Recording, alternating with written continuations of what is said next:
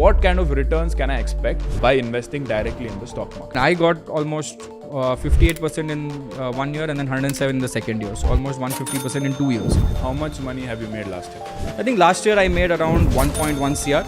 I made a lot of money in one sector, which was the defense sector and the railway sector. So I bought it at that point. It went up by 70-80% in the year.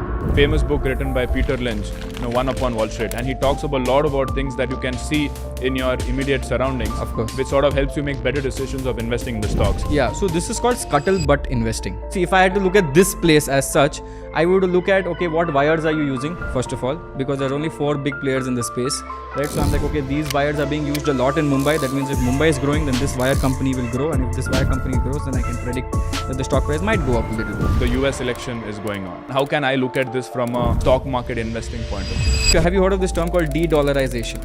Yeah. I think that would trigger one of the biggest financial meltdowns in the future. How can a war eventually lead to a stock price going up or going down? Okay, so whenever there's a war happens, there is... Assume that I have no degree in finance. How do I get started? I honestly believe that people overcomplicate investing. So out of 6,000 stocks, if you had to give me a mental working model as to how do I sort of filter out the stocks that I need to invest in, what is that step-by-step methodology? Okay. So first thing I'll tell you is... Hey bro, what's up? What's up? How are you doing? Long time no see. You're always traveling, no? You're always in the US and all. Yeah man, traveling's become a little hectic now. But thank you so much for agreeing to do this finally. I think your son is going to be watching this video in the future. Soon. So Yeah. let him understand. Yeah. How much money have you made last year? I think last year I made around 1.1 CR. This is in the stock market? In the stock market, yeah. Okay. I think around 28 lakhs in equity market and around 88 in F&O. Okay. So around 1.1 total net profit was what I had made after Okay. charges, taxes and all of that. And you're still worried about your son's future? Of course, because I feel it's not enough. I feel there's a lot more to be done, and for me the game is capital, so I'm only focusing on that. So 1.1 crore profit. Yeah. The next question I want to ask you is, what is the capital that you started off with? Because a lot of people might assume that, Yeah. okay, probably he had 50-60 lakhs, Yeah. right, which he already had, and then it's easy to make it 1.1 Yeah. CR. So Yeah. can you tell us a little bit about how you started investing? Okay. So yeah, so I told you, right, I love numbers all the time, right?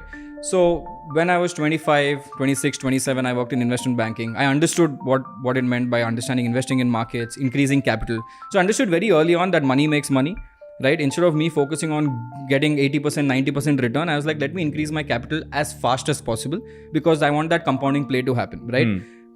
Investing 10,000 rupees. So you were saving a lot of money. I was saving an insane amount of money because if I invest 10,000 rupees and I'm right and I get 100% returns even in 2 years, I make 10,000. So that's not going to change my life overnight. So I said, okay, let me work hard. Let me keep investing and keep putting it into this capital and making it grow. So I think by the time I reached 28, 29 years of age, I had around 30 lakhs of capital. And that was perfect because that in was 5 years, you saved up 30 lakhs. Yeah, 5 years, 30 lakhs I saved up. I mean, I don't have any real estate. I was staying with my parents. At that point, I had not bought any real estate. I'm staying on rent. You were not married. We were not married. And I just started the creator journey at that point. So that was the boom of the finfluencer era that started. Yeah. So good money came at that point as well, right? Good bets, good money came in. Now, obviously, there was 2 options. Either take that money, blow it away. But I also knew that the money that we were getting at that point for doing reels and all of that, very new. I knew that's not going to last because I called it stupid money. So if someone's giving it, please take it. So I took it at that point. And I started investing it because I know this is not sustaining me. It will never sustain me. But what will sustain me is my goal of investing in the market. So that's when it started. So 30 lakhs is what I started. You mentioned that you were saving a lot of money. Yeah. So what were you doing? What was your job? So initially I was working as an investment banker, made good money there. What was your salary back then? It was in 2016. I think my first salary was 50,000 rupees. 50,000 per month. Yeah. And how much were you saving per month? At that point, I could save around 12,500 rupees a month, approximately. It was nothing great. Okay. But at that point, I used to also invest in crypto. So I made a lot of money there. Okay. And then I got it back. That time it was still legal to get it This was 2016. This was 2016. This was when there was something called as there was a boom happening in the crypto market. Yes, I remember. So I was investing in Ethereum at $8 and all of that. Yeah, I sold it for a very stupid amount. $24 I sold it. Today it's at $3,000. I should have kept it. But yeah, I made good money there also. So we took all of that. Then I started a company called Avalon.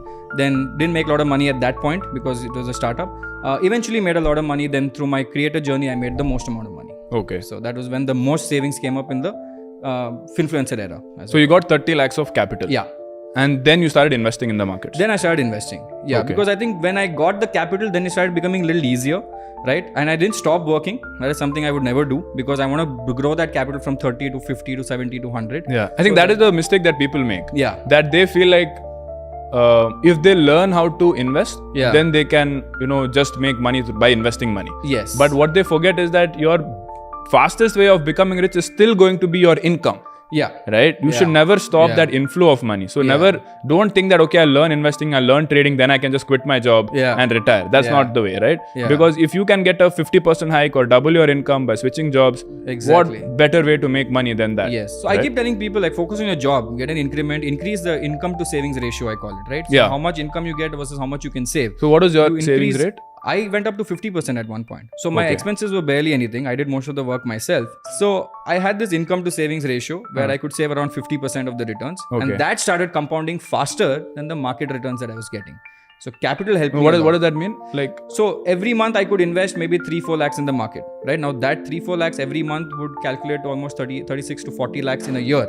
And on top of that, this was exactly at the point of the post-COVID bull run phase. So both of that together triggered my massive rally. got it. That Got did it. well. So 1.1 CR profit you made just last year.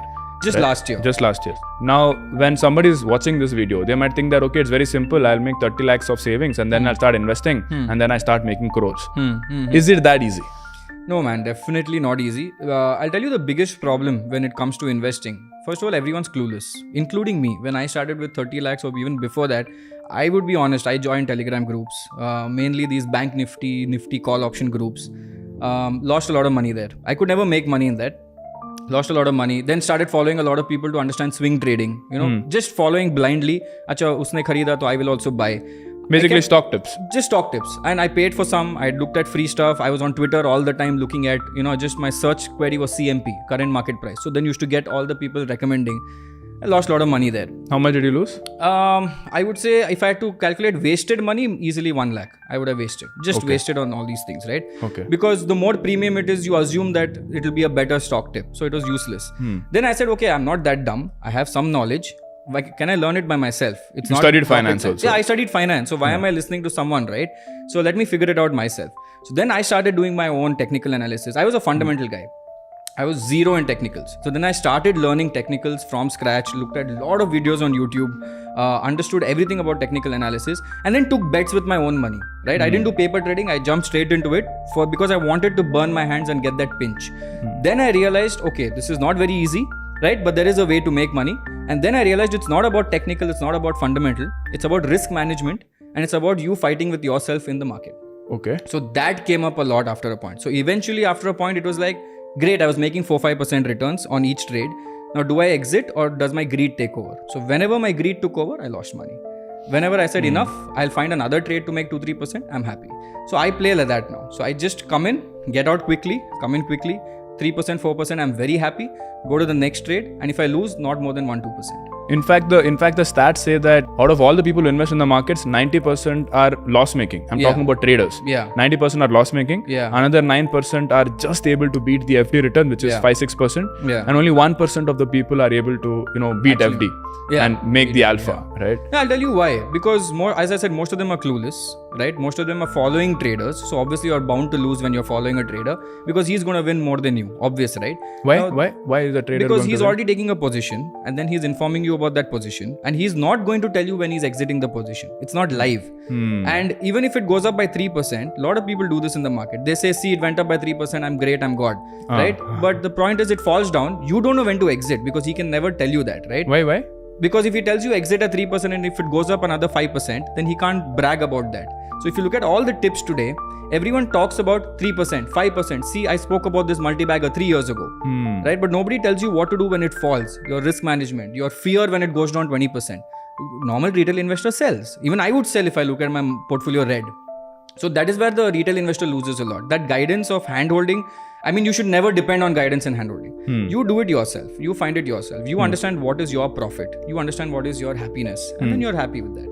So Shashank, for the audience here, can you break down all the different ways of investing in the stock market? Because everybody just thinks it's FNO trading. Yeah. But there's multiple categories of investing in the stock market, multiple kinds of skill sets that people have. Yeah. So can you just break down all the different types? Okay, so I'll just tell you. I'll talk about my strategies. Okay, so I've tried everything. I do equity. Then I started doing F&O. Now in F&O there is a breakdown. Can you tell the difference between equity and FNO? Yeah, so equity is like on the safer side where there's no leverage. It's cash on cash buying. If the stock goes up 5%, you make 5%. In F&O, let's say you buy the same stock, right? And if the stock goes up by 5%, because you have 3x leverage, you would have made 15%. Okay. But similarly, if the stock goes down by 5%, you're losing 15% of your capital. So that is FNO. That is futures and options. Okay. It is basically taking leverage to play in the same market. When you mean leverage, you mean taking like a loan. Yeah, the broker itself gives you that margin. Correct. Gives you extra margin to play. So if I have 1 lakh, I can buy 3 lakh worth of shares in the F&O market. Whereas if I have 1 lakh in the equity market, I can only buy for 1 lakh. So this is sort of like taking a bet, a gamble. Yeah, it's like doubling down, Huh. right? It's like in poker where you just double, or in blackjack you double down, right? So that's risky, definitely. So that is the second thing. That is the second thing. In F&O, this is equity buying in F&O. Then there is the intraday, which you buy index options. That is the most riskiest because it's very volatile, and every week you lose money. If you win every week, or you lose every week.